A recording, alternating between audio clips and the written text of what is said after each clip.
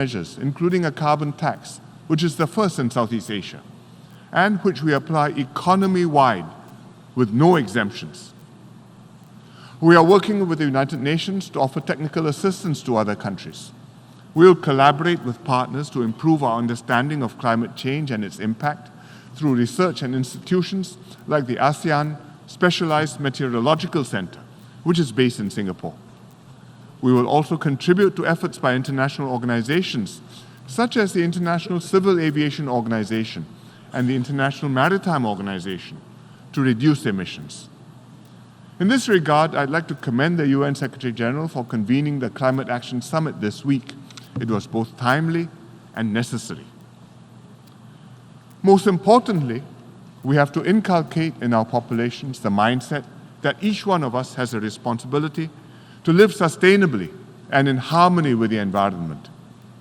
We are under no illusions that the Paris Agreement target of 1.5 degrees Celsius of global warming or less will be easy to achieve. And even if we do make it, the problem will not be completely solved, because that will only slow down the rise in sea levels, but will not stop it. But we must try our best, and over time, all countries will have to do more to mitigate climate change. At the same time, we must be serious about preparing to live sustainably, to adapt to climate change. Adaptation efforts will be costly, but they are an essential investment to protect not just our coastlines, but also our communities, our futures, and our very existence. It is the responsibility of our generation to leave future generations with a habitable planet, both through mitigation and adaptation. To adapt multilateralism for today's world calls for new approaches that are open, inclusive, and transparent. As member states of the United Nations, we all have to work together to find solutions to global problems and build support for multilateral institutions amongst our people. A rules-based multilateral system is still far preferable to any other way to secure peace and prosperity and to solve global problems.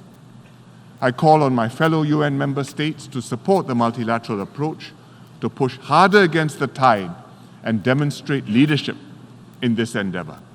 Thank you, Mr. President. En nombre de la Asamblea General, agradezco al señor Primer Ministro de la República de Singapur por la declaración que acaba de formular y pido protocolo que acompañe a su excelencia.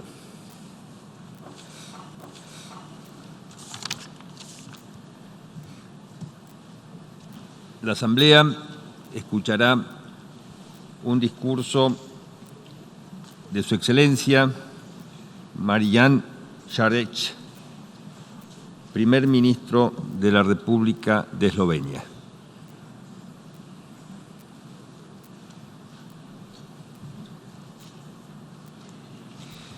Tengo el gran placer de dar la bienvenida al señor Primer Ministro de la República de Eslovenia, a quien invito a dirigirse a la Asamblea General.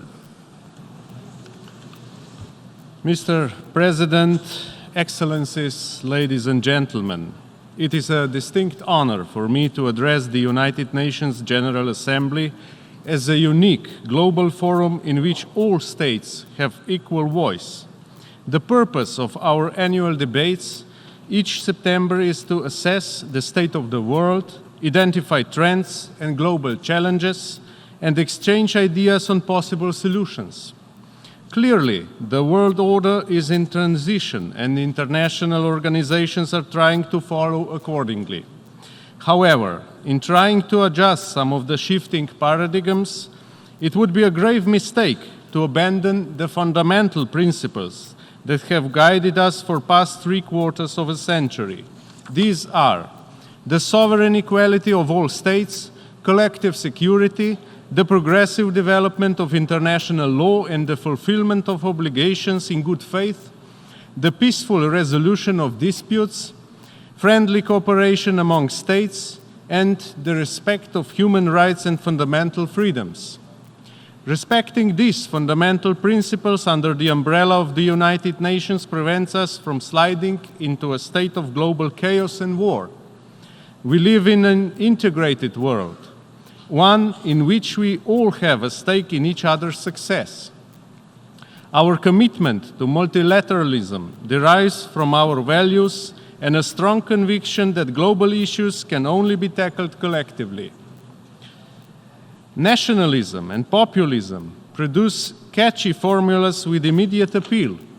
However, finding genuine solutions to our problems tends to be complex and challenging, requiring a broader consensus. This is precisely why we are here, to look for solutions to global and regional problems through dialogue and with a mutual respect and diversity. This week, the vast majority of United Nations members once again reaffirmed their support for multilateralism. Mr. President, I wish to add Slovenia's voice to this call for effective multilateralism, more specifically focusing on three particular areas, namely the rule of law and human rights, climate change and SDGs, as well as the challenges related to new technologies. Regarding international law and the universality of human rights and fundamental freedoms, we must constantly bear in mind that for the system to work, every state must abide by and defend the rules-based order as is embodied in the UN Charter. Respecting international law is not a matter of opportunism or political will. It is a legal obligation and the sine qua non of the international system. Therefore, it is imperative to push back against attempts at undermining international law.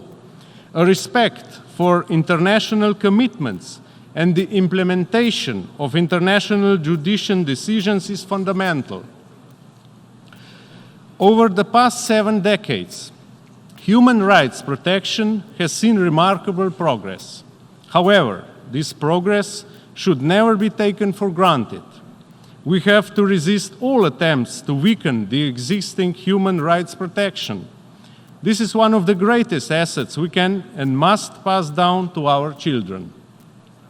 However, we must not only create opportunities for the young, but also appropriately address the aging of many societies and the rights of the elderly.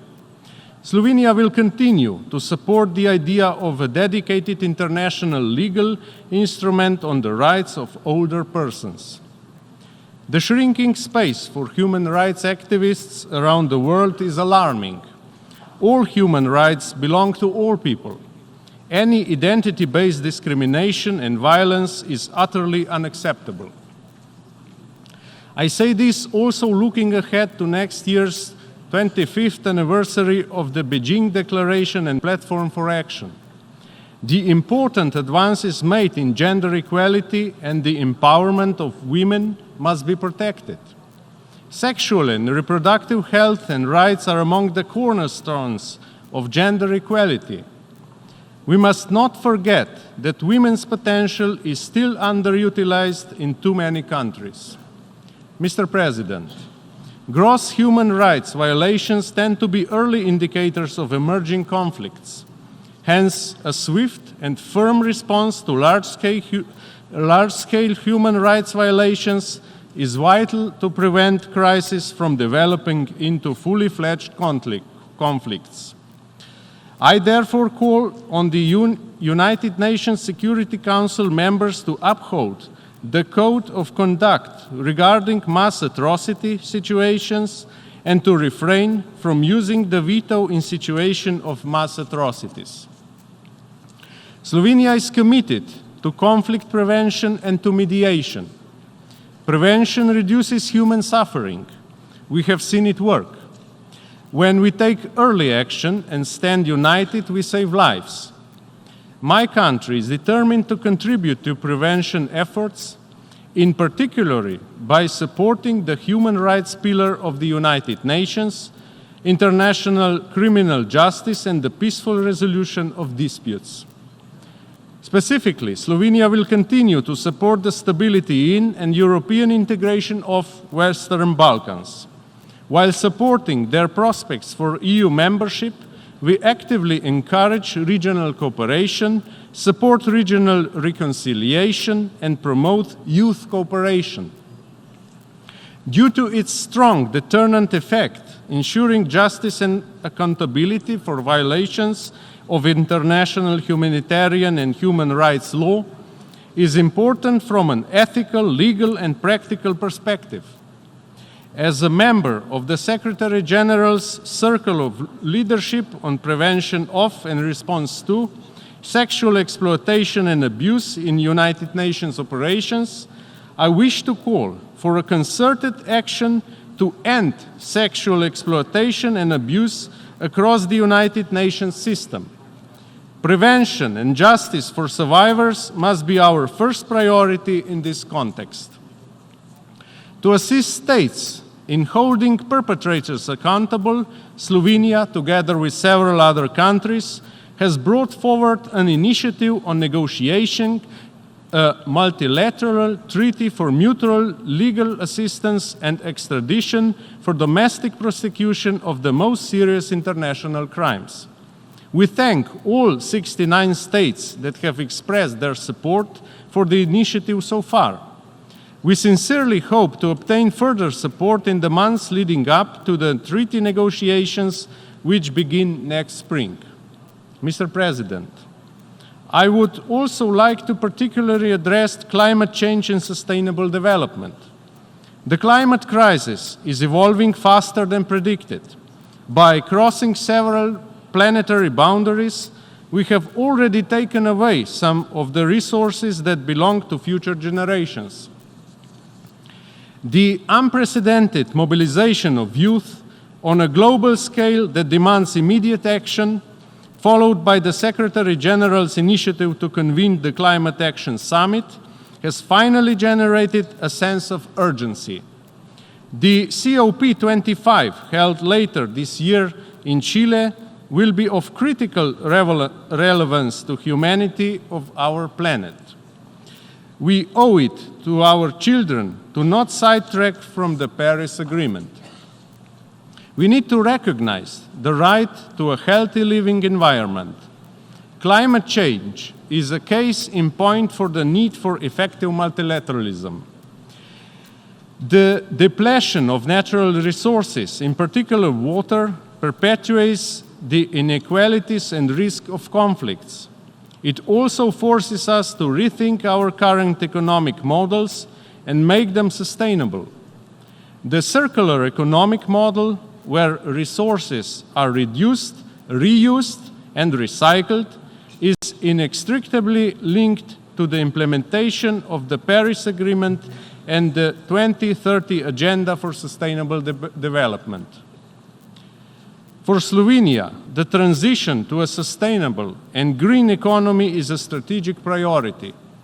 Slovenia will continue to support the implementation of the Paris Agreement on climate change. In this context, we will pay special attention to sustainable use and the management of natural resources, in particular water, the promotion of a circular economy, and the preservation and protection of biodiversity. In addition, Slovenia will continue to contribute to the implementation of the 2030 Agenda with a sense of urgency. It will present the progress made over the last 4 years in the second voluntary review at the high-level political forum on sustainable development in 2020. We need to make every effort to eliminate all forms of poverty and inequality, promote peaceful and inclusive societies, and mitigate the root causes of migration in developing countries. The issue of mass migration is neither a new challenge, nor can it be simply resolved overnight. It is an issue that should be addressed responsibly from the point of view of human rights and solidarity, with a clear focus on prevention, that is, by appropriately addressing the situation at its source. Mr. President, I believe we cannot have this important yearly discussion without acknowledging new technologies. Technological advancements bring people across the world closer to one another and to a greater extent than ever imagined. It provides immense benefits in terms of increased productivity and a higher quality of living, but also entails new risks to countries and individuals. People are increasingly reaping the benefits of artificial intelligence. According to estimates, as much as 80% of future work will be done by AI. It is bound to deeply affect the various facets of our daily life and fundamentally transform our societies. We need to be better prepared for a challenge of algocracy, which will include the regulation of the impact of AI on human rights protection. I am particularly pleased to announce the proposal to set up, with UNESCO's backing, Europe's first international artificial intelligence research center in the Slovenian capital of Ljubljana. The aim of the center will be to provide an open environment focusing on the governance and policies surrounding artificial intelligence. In this respect, I sincerely hope to be able to count on your valuable support at the upcoming UNESCO General Conference in November. Ladies and gentlemen, I believe that at this critical time, we must go forward in the pursuit of our ideas and ideals, not abandon them. We need to give expression to our best hopes, not our deepest fears. We have to provide leadership that is strong enough to recognize that nations share common interests and people share universal principles and ideas in our common humanity. Thank you very much. En nombre de la Asamblea General, agradezco al señor Primer Ministro de la República de Eslovenia por su declaración y pido protocolo que acompañe a su excelencia.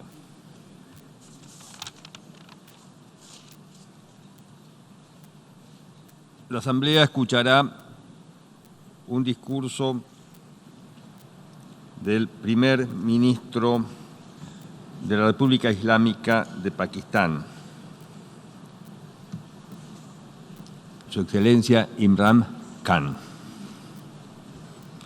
Pido protocolo que acompañe a Su Excelencia. Tengo el gran placer de dar la bienvenida al señor Primer Ministro de la República Islámica de Pakistán, a quien invito a dirigirse a la Asamblea General.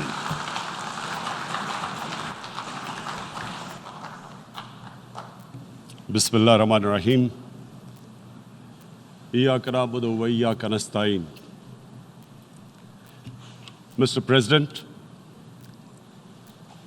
Honorable Secretary General, Excellencies, ladies and gentlemen,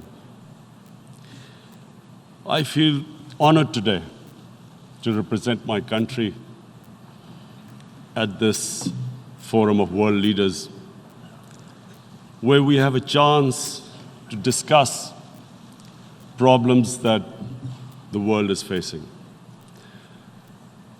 I want to talk about a lot of problems, but just 4 today. And I especially came to this forum despite a difficult time in my country, facing challenges. I would not have come, but because I feel that there are some very urgent problems which the world must address. So first of all, I start with climate change. So many leaders have talked about climate change. But Mr. President, I feel that there is a lack of seriousness. Perhaps world leaders some of the leaders who can do a lot, do not realize the urgency of the situation. We have a lot of ideas, but as someone said, ideas without funding is mere hallucination. Pakistan, I'll give you start with my own country.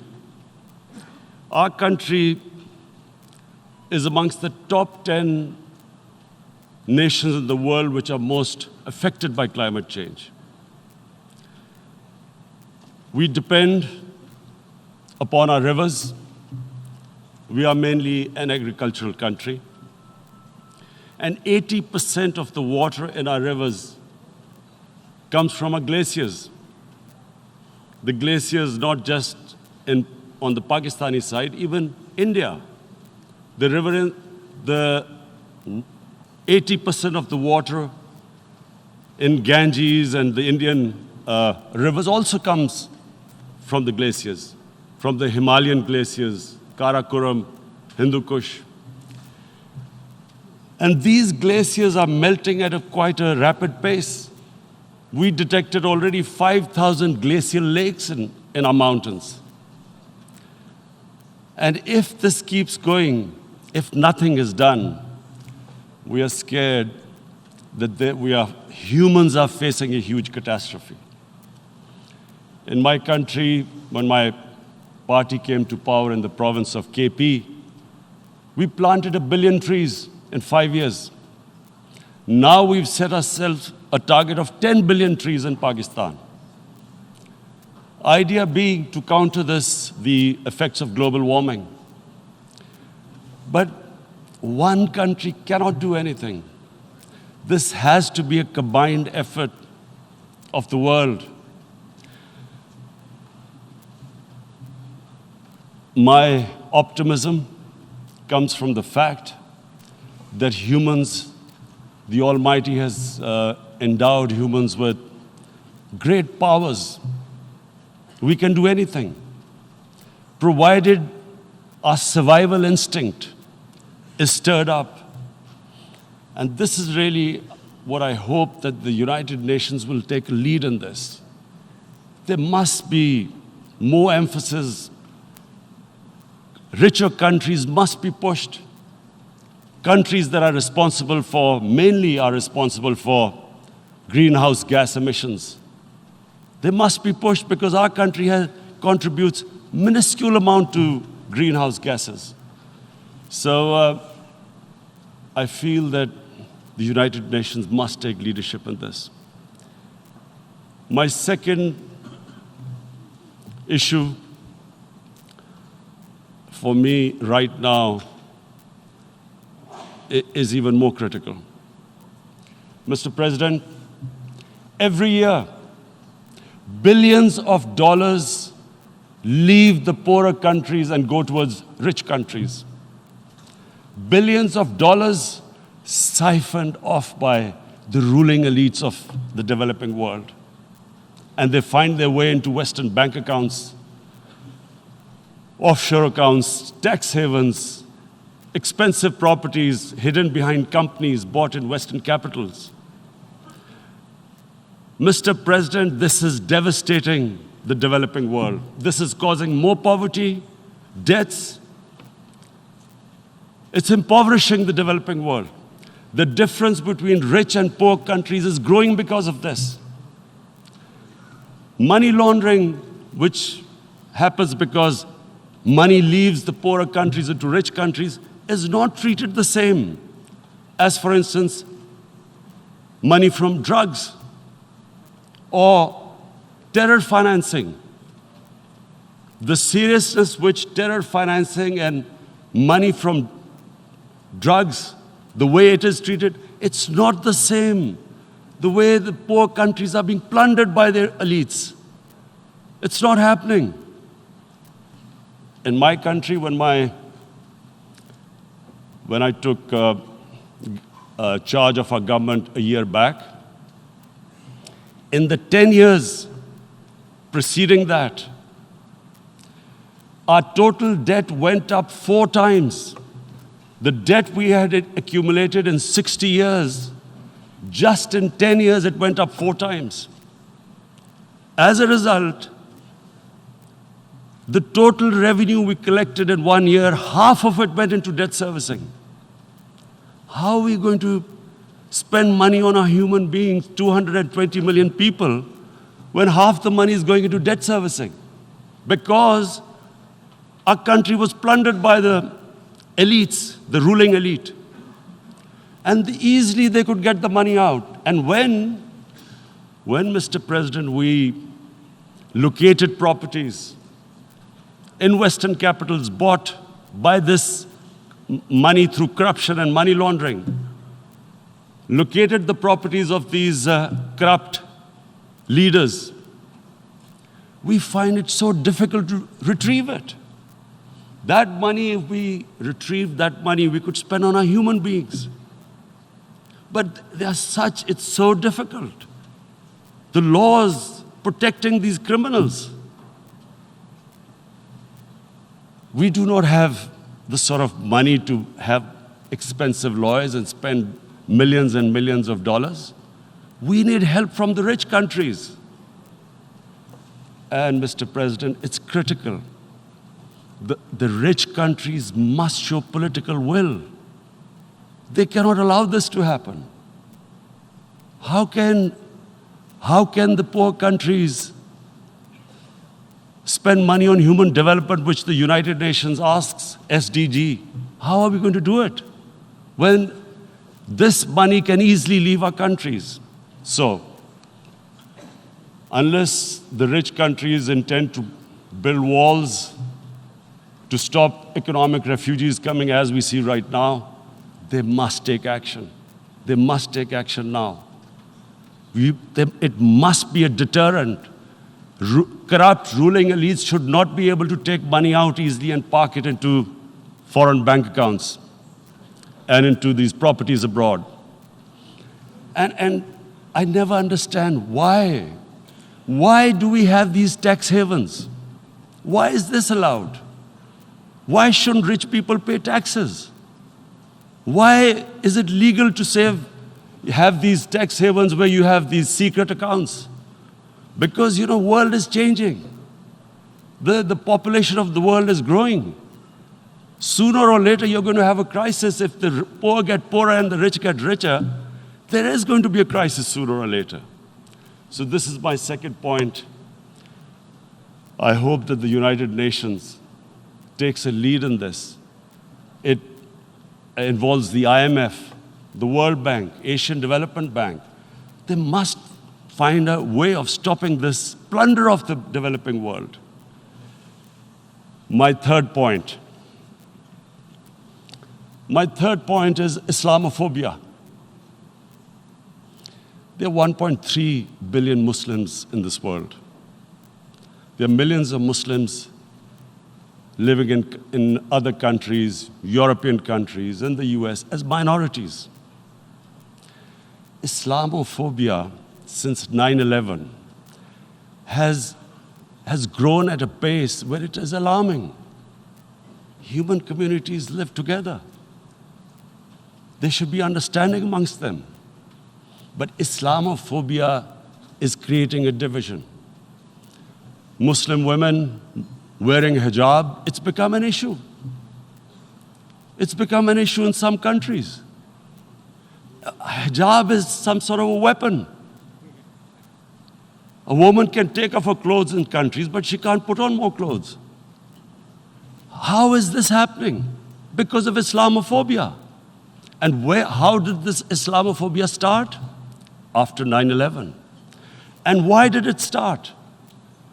Because certain Western leaders equated terrorism with Islam. Islamic terrorism. Radical Islam. What is radical Islam? There is only one Islam, and that is the Islam of Prophet Muhammad sallallahu alaihi wasallam. There is no other Islam. Radical Islam, Islamic terrorism, what message did they send to people in the West? And why is there Islamophobia? How is a person in New York, in the Midwest, in the US, in European capital, how is he going to distinguish between who is a moderate Muslim and who's a radical Muslim? Because terrorism has nothing to do with any religion. This Islamic terrorism, Islamic radicalism, and sadly used by leaders, this has been the main reason for this Islamophobia. And it has caused pain amongst Muslims. We in Muslim countries watch this Islamophobia traveling abroad, and it's getting worse. And may I just say, Mr. President, that in European countries, it is marginalizing Muslim communities. And we all know that marginalization leads to radicalization. Some of the people who ended up as militants in Syria and other places were from marginalized Muslim communities.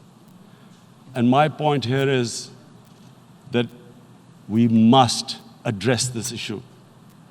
I'm sad to say that we Muslim leaders have not addressed this issue either. After 9/11, when this thing came about war against radical Islam, rather than Muslim leaders trying to explain to the West that there is no such thing as radical Islam, in all human communities, they are radicals. They're liberals and rest are moderate. All human communities, Christians, Jews, everyone has it. But Islam is not radical, neither Judaism, neither Christianity, neither Hinduism. No religion preaches radicalism. The basis of all religion is compassion and justice, which differentiates us from the animal kingdom. But unfortunately, the Muslim leadership was so scared of being called radical Islam that all of them became moderates. In Pakistan, we were in the eye of the storm, and our government coined a phrase called enlightened moderation. No one knows what it meant, but everyone started putting on Western suits that they were moderates, started speaking. Even those who didn't know English would speak English because they were moderates. No one had a clue what it was, because we, in the Muslim world, did not explain to the West that there is no such thing as radical Islam. One of the reasons why, after 9/11, Islam was supposed to be equated with terrorism was suicide attacks. Because the 9/11 bombers did a suicide attack, all sorts of theories came up that the Muslims are involved in suicide attacks because they will get virgin in heavens. Some came up with, what about women, suicide attackers? So this bizarre thing happened. No one explained. Suicide attacks and Islam were equated. No one did research that before 9/11, the majority of suicide attacks in the world were by Tamil tigers, who were Hindus. No one blamed Hinduism, and quite rightly. What has Hinduism got to do with what desperate people were doing in Sri Lanka? We all know we've seen films about Japanese kamikaze pilots at the end of the Second World War doing suicide attacks. No one blamed the religion. But here we were trying to prove we were moderates and not explaining to the West. But the most important thing I wanted to say here today, in explaining this Islamophobia, Mr. President, and I feel it's very important because I played professional sport in England, I spent a lot of time there, so I know how the Western mind works and how West views religion. So where the misunderstanding about Islam came. And one of the reasons it caused Islamophobia. That was, in 1989, this book was published, maligning, insulting, ridiculing our Prophet Muhammad sallallahu alaihi wasallam. And there was a reaction in the Muslim world. The West couldn't understand what was the problem. Because in the West, because I have spent so much time in the West, religion is perceived completely differently. They don't look upon religion like we do. And so, Islam was supposed to be an intolerant religion. It was against freedom of expression. And Islam took a real beating 30 years ago. I still remember it became a watershed. And every 2 or 3 years, someone would malign our Prophet, peace be upon him. There would be a reaction by the Muslims. And again, it was Islam, an intolerant religion. Again, this time, I blame a certain section of the people in the West who deliberately provoked this, knowing the impact it would have. But the majority of the people in the West didn't understand. This is where, again, Muslim leadership let the Muslims down. We should have explained to them what our Prophet, peace be upon him, means to us. So in 1 minute, I'll try and explain what he means to us. Our Prophet was the witness to the divine book, the Holy Quran. The Holy Quran is the book of guidance for Muslims, and the Prophet's life was living the Quran. He was an example of what the Quran guided us to be. So he is the ideal we all try to get to. The Prophet created the state of Medina, the first state in Islam. That state was the basis of a Muslim civilization which became the predominant civilization for the next 700 years. And what was that state? I hear such strange things about Islam, that it is against women, it's against minorities. The first state of Islam in Medina, it was the first time a welfare state was set up. The state took responsibility of the weak, widows, orphans, poor people, handicapped. It taxed the rich, spent the money on the poor. The state announced that all human beings are children of Adam, hence equal, whatever the color of their skin. The state announced, the Prophet announced that, and slavery, the whole system depended on slavery as it did for many years in the Western societies. The Prophet said that one of the greatest deeds is to free a slave. But because the society depended on slavery, he said, but if you have to, treat them as an equal member of the family. And as a result, something happened in a Muslim world which hasn't happened in any other civilization. Slave dynasties appeared. Slaves became kings. The Mamluks, slaves who ruled Egypt. In India, there were slave dynasties. And then, with minorities, again, you hear that Islam is supposed to be against minorities. Let me just make this clear. In Islam, the Prophet announced that everyone was free to practice his religion. It was a sacred duty to protect the places of worship of all religions. He announced that every person is equal in front of law, whatever his religion or his color. And this incredible case, and I always quote this, that the fourth Khalifa, the head of state of Medina, he lost a court case against a Jewish citizen. So, number one, it showed there was a rule of law, no one was above law. And number two, that a Jewish citizen was an equal citizen. So, Mr. President, when a Muslim society is unjust to its minorities, it is going against the religion of Islam and our Prophet, peace be upon him. So, it is important to understand this. The Prophet lives in our hearts. When he's ridiculed, when he's insulted, it hurts. As we humans know, we human beings understand one thing: the pain of the heart is far, far, far more hurtful than physical pain. And that's why the Muslims react.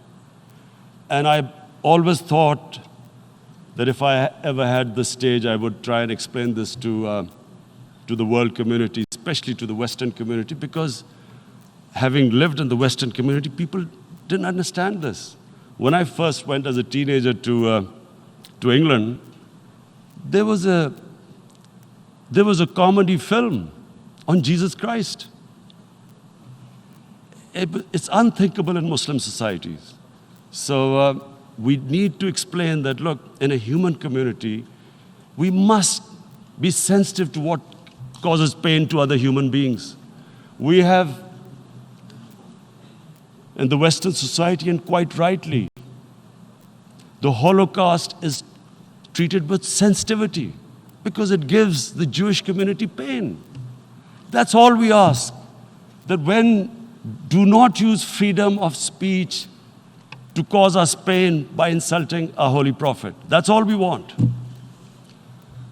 And now, the number 4th point, Mr. President, and this is the most critical point, is the reason why I especially came here. It is about what is happening in Kashmir. Before I go on this, I want to make one thing clear, that when we came to power, my first priority was that Pakistan would be a country which will try its best to bring peace. We had been through this war on terror. We joined the United States war on terror after 2001. And Pakistan went through one of its worst periods where 70,000 Pakistanis died and over 150 billion was lost to our economy. And Mr. President, I opposed the war because in the 80s, Pakistan had joined the Western countries in what was the freedom struggle then in Afghanistan against the Soviets. And it was funded by the Western countries. These mujahideen groups, which were treated in guerrilla warfare, were trained by Pakistan Army, funded by the Western countries, and especially US, and they waged what was a freedom struggle in Afghanistan. The Soviets called them terrorists. We called them freedom fighters. 1989, the Soviets retreated.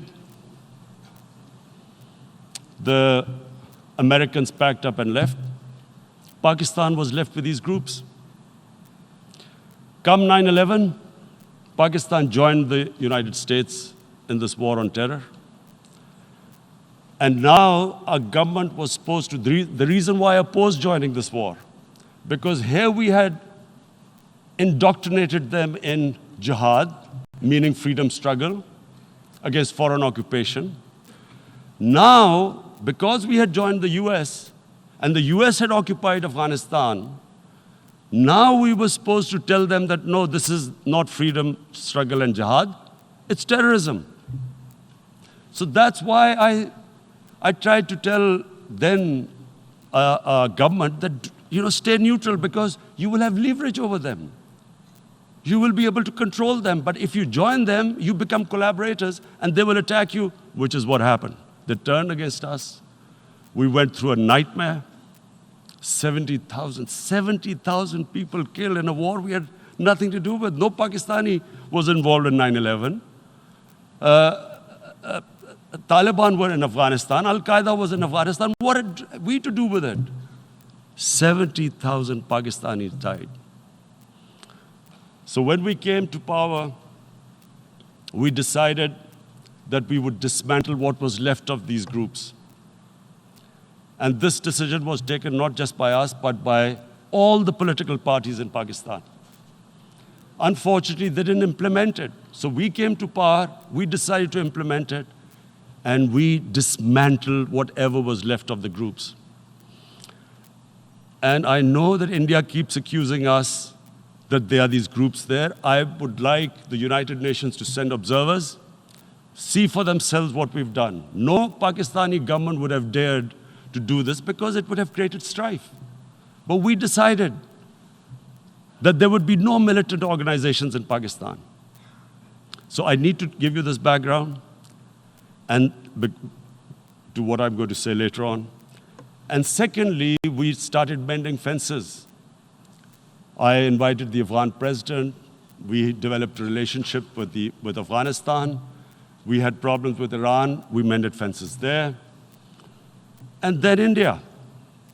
Now let me just give you a little background about my relationship with India. Because of cricket, and cricket being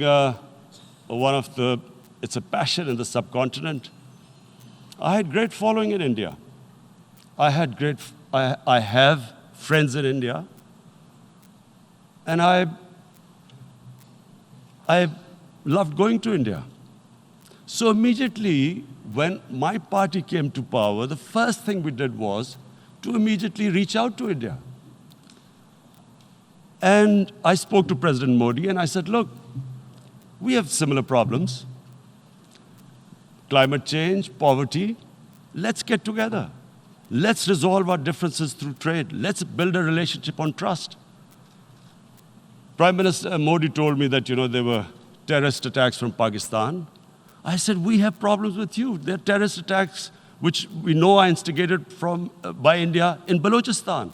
We caught a spy, Kulbhushan Yadav, who admitted what the sabotage going on in Karachi and Balochistan. So we said, look, let's leave that behind. Let's move forward. Our main priority should be our people. The highest number of poor people live in the Indian subcontinent. Unfortunately, didn't make any headways. Our foreign ministers were supposed to meet on this in the UNGA last year. India canceled it. We thought that it's their election coming up. It's a nationalist, ultra-nationalist party. It doesn't want to cozy up to Pakistan. So we thought, okay, we'll wait till the elections. Meanwhile, a 20-year-old Kashmiri boy, whose father said was radicalized by the security forces in Kashmir, blew himself up on an Indian convoy. Immediately, India blamed us. I spoke to the Indian public on television. I said, if you give us any iota of proof, we will immediately take action because we've clamped down on these groups. Rather than sending us any proofs, they sent their jets in, they bombed us. We retaliated. Two of their planes were shot down, one pilot bailed out in Pakistan. We immediately returned the pilot, saying that, look, we do not want any escalation. Rather than taking that as a peace gesture, the entire campaign, almost the entire campaign of Mr. Modi in the election was how he had taught Pakistan a lesson that jets had killed 350 terrorists. Complete lie. They had just killed about 10 trees of ours, which was quite painful given that, we are growing all these trees. He then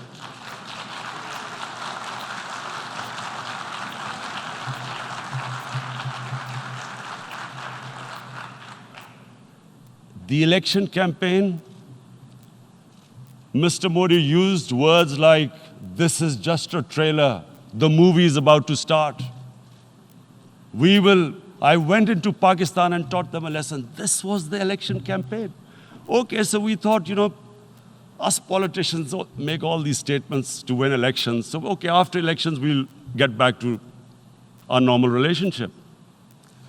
Well, the moment the elections ended, we approached India.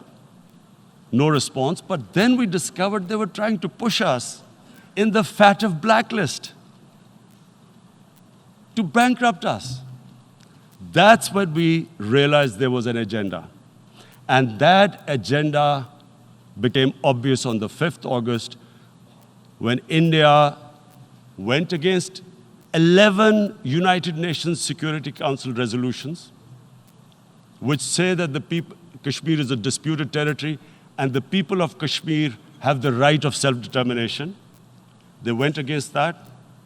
They went against Simla Accord, which is about bilateral, sorting out our differences through bilateral means, went against that. They actually went against the Indian Constitution. Illegally, they revoked Article 370, which gave Kashmir the special status. They got an extra 180,000 troops there. Total number of security forces in Kashmir now are 900,000. And they put 8 million people of Kashmir under curfew.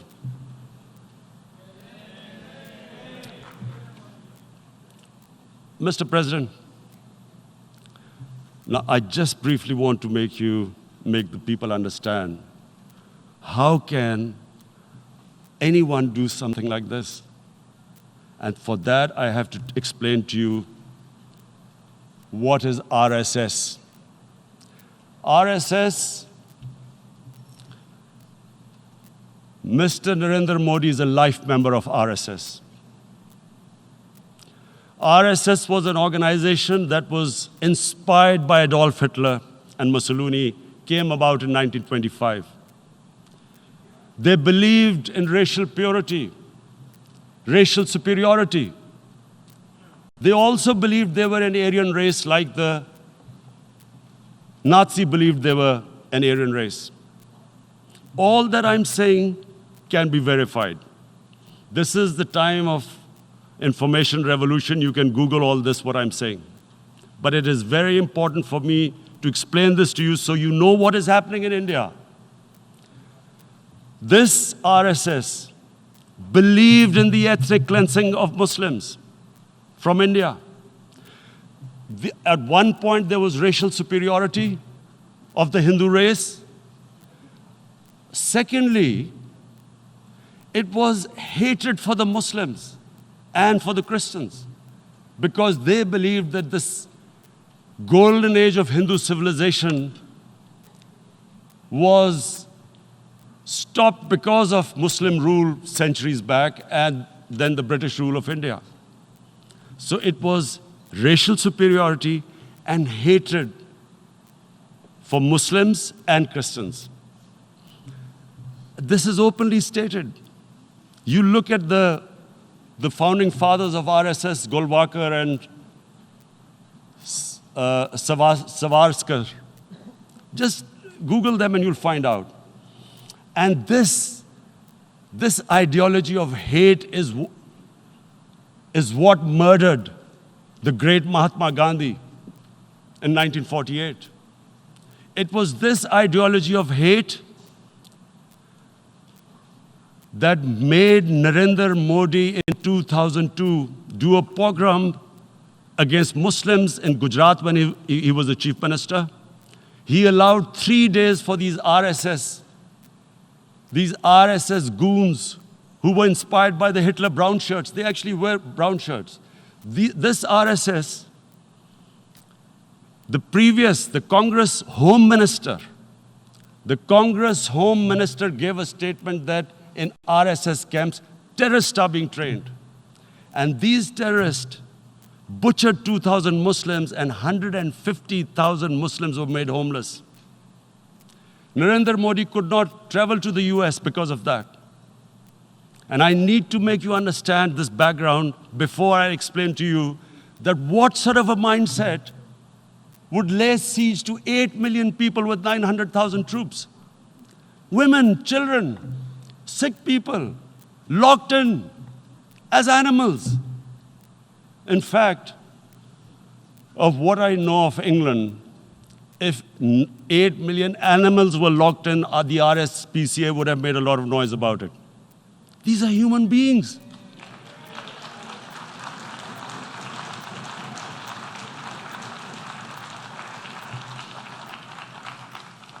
And Mr. President, what comes with racial superiority, these illusions of Aryan superior race, is arrogance. The two go together. And it's arrogance that makes people make mistakes and do stupid things. Cruel things like what Narendra Modi has done. It's sheer arrogance. And it's arrogance that has blinded him from the fact that what is going to happen when the curfew is lifted? Has he thought about it? This hasn't been thought through. What is he going to do when he lifts the curfew? Does he think that people of Kashmir will quietly accept the status quo because India has changed the constitution and taken away the special status? They'll accept that? Mr. President, 100,000 Kashmiris have died in the past 30 years because they were denied the right given by the United Nations, the right for self-determination.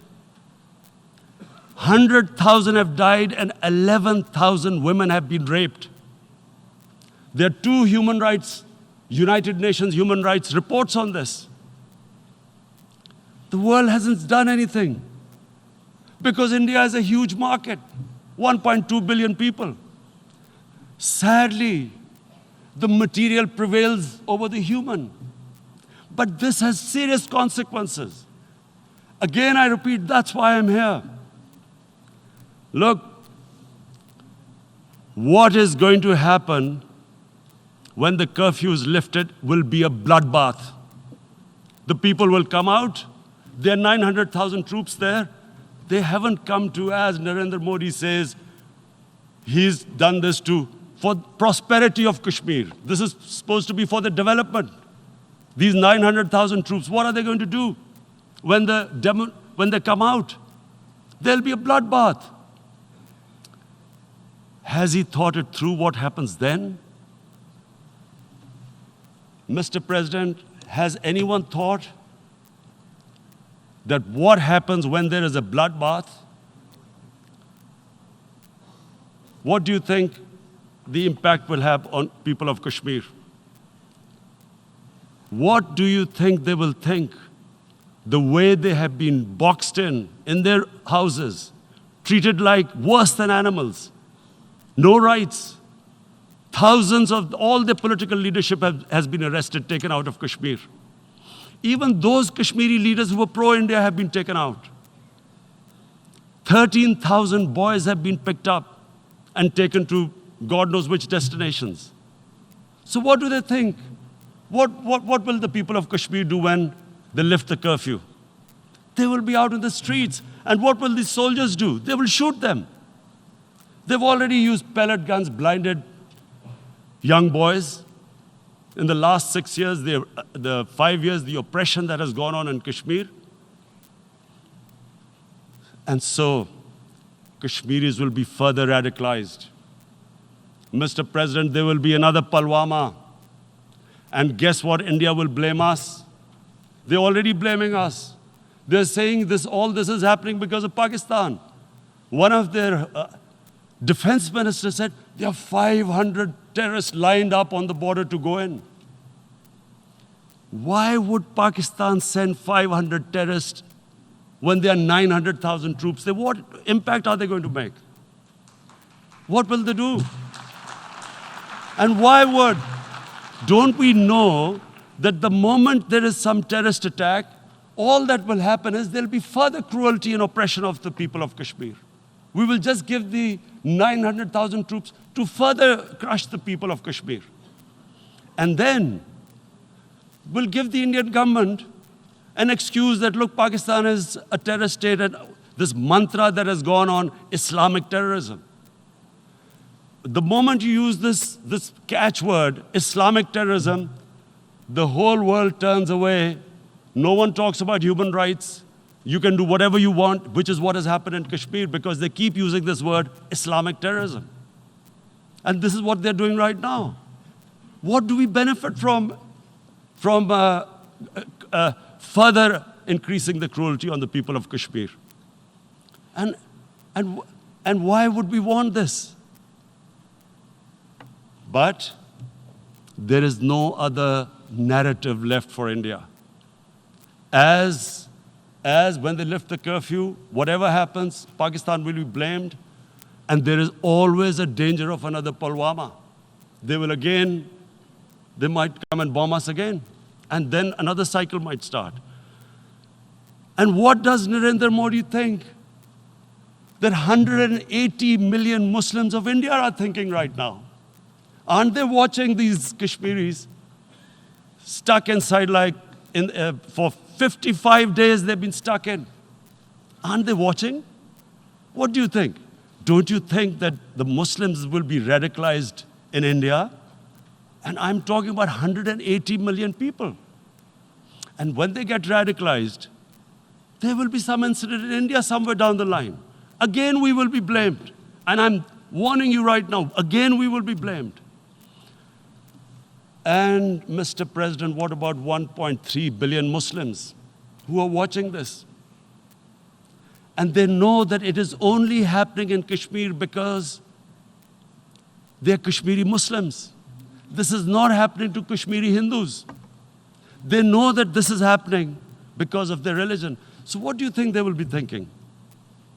What do you think the Jewish community would think if there were, forget 8,000 Jews stuck like this?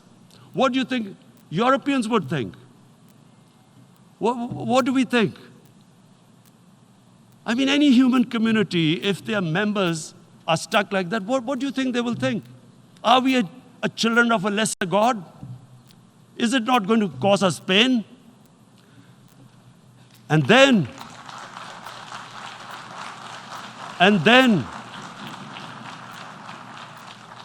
I'll tell you what will happen.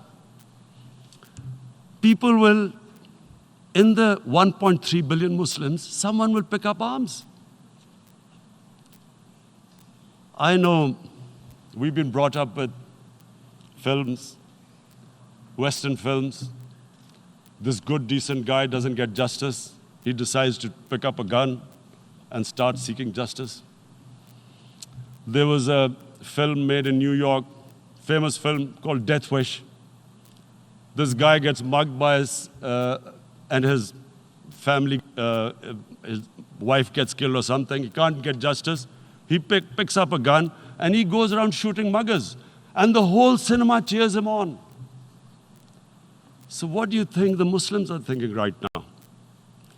If there is a bloodbath, there will be Muslims becoming radicals, not because of Islam, but because of what they will see, that there's no justice when it comes to Muslims.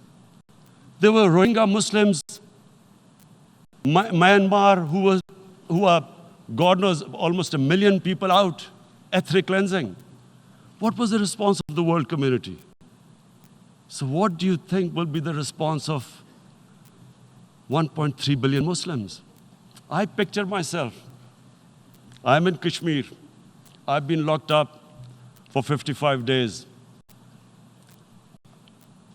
I have heard about, and there are rapes, Indian Army going into homes, soldiers. Would I want to live this humiliation? Would I want to live like that? I would pick up a gun. You're forcing people. You are forcing people into radicalization. When people lose the will to live, what is there to live for? And this is what, if you can do this to human beings, you are actually radicalizing people. And so, Mr. President, I want to repeat here, this is one of the most critical times. There will be a reaction to this. Pakistan will be blamed. 2 nuclear-armed countries will come face to face, like we came in February. And before we head in that direction, the United Nations has a responsibility. This is why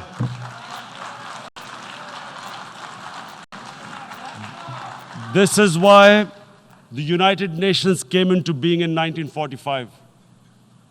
You were supposed to stop this happening. I feel we are back to 1939, Munich. Czechoslovakia has been taken, annexed. What is the world community going to do? Is it going to appease a market of 1.2 billion, or is it going to stand up for justice and humanity?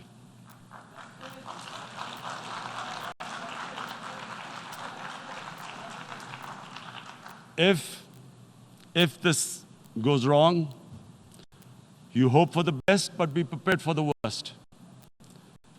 If a conventional war starts between the two countries, Mr. President, if a conventional war starts, and anything could happen, but supposing a country 7 times smaller than its neighbor is faced with a choice, either you surrender or you fight for your freedom till death, what will we do? I ask myself this question. And my belief is, La ilaha illallah, there is no God but one. And we will fight. And when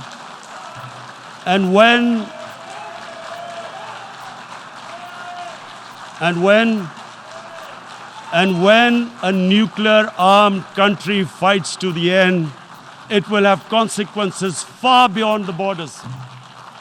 It will have consequences for the world, which is why I repeat I'm here. Because I'm warning you, it's not a threat. It's a fair worry that where are we headed? And I've come here to tell the UN, you've got to, this is a test for the United Nations.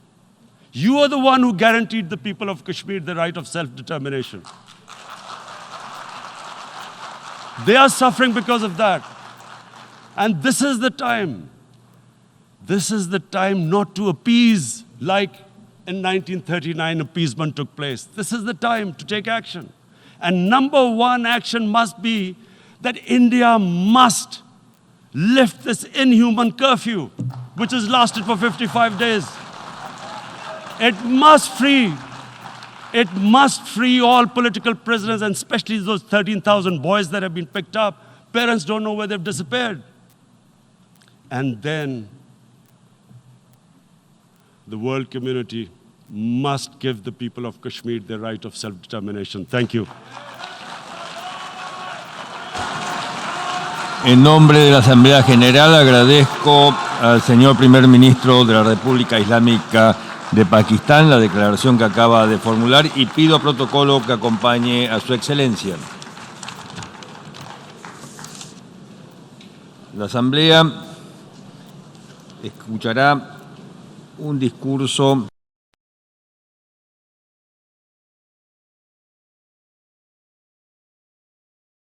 circuit for the Reuters live service.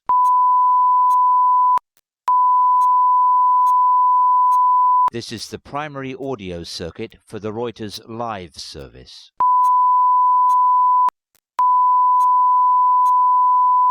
This is the primary audio circuit for the Reuters live service.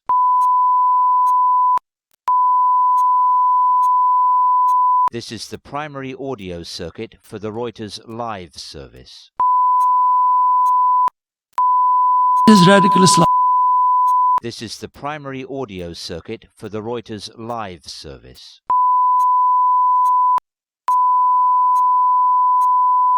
This is the primary audio circuit for the Reuters live service.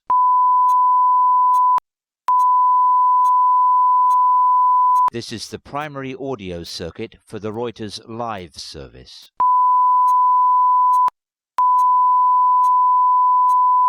This is the primary audio circuit for the Reuters live service.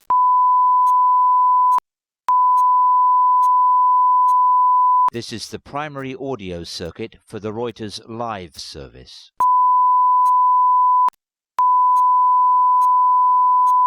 This is the primary audio circuit for the Reuters live service.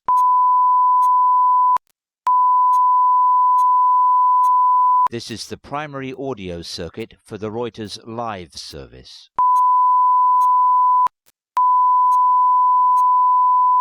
This is the primary audio circuit for the Reuters live service.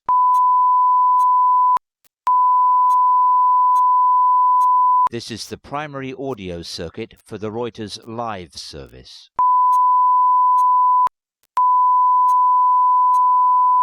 This is the primary audio circuit for the Reuters live service.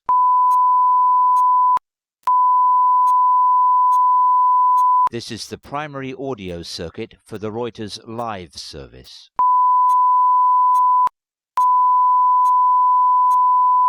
This is the primary audio circuit for the Reuters live service.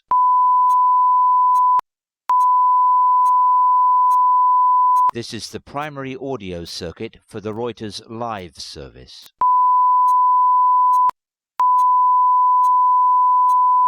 This is the primary audio circuit for the Reuters live service.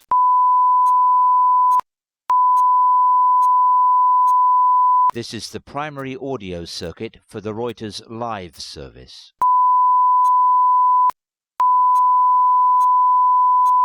This is the primary audio circuit for the Reuters live service.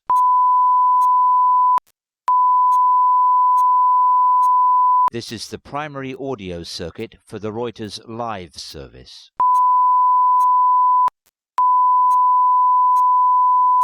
This is the primary audio circuit for the Reuters live service.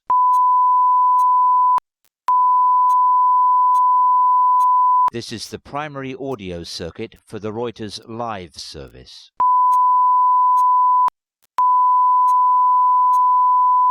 This is the primary audio circuit for the Reuters live service.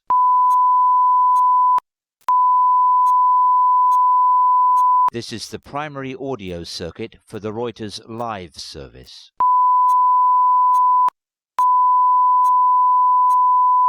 This is the primary audio circuit for the Reuters live service.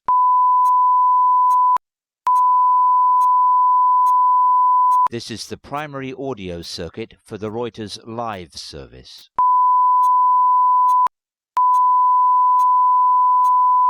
This is the primary audio circuit for the Reuters live service.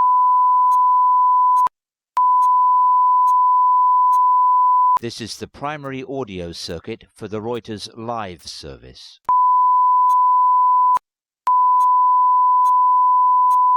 This is the primary audio circuit for the Reuters live service.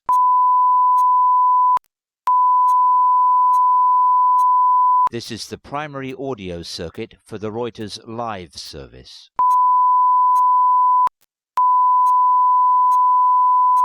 This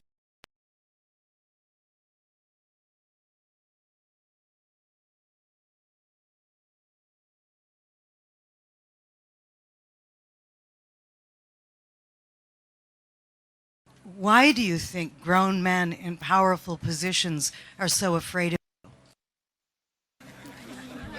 you? I mean, of course, I don't know. I don't understand why grown-ups would choose to mock children and teenagers